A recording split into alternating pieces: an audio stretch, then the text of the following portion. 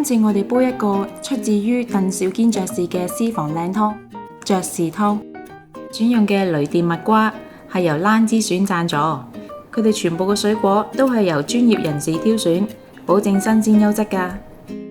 雷電蜜瓜嘅味道清甜，果肉柔軟，適合同鹹味嘅材料配搭。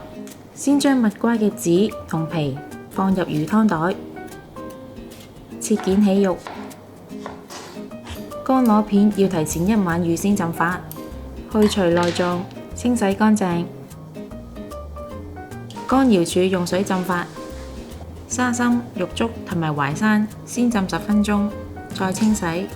雞腳洗乾淨，豬展洗乾淨切件。用大火將2公升水煲到大滾，然後放入豬展同雞腳。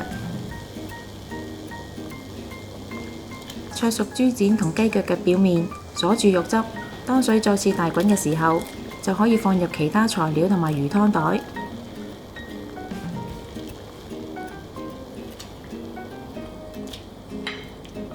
用中大火煲到氣閥門跳動，就可以轉細火。共煲嘅時間約90分鐘，完成就可以趁熱享用啦。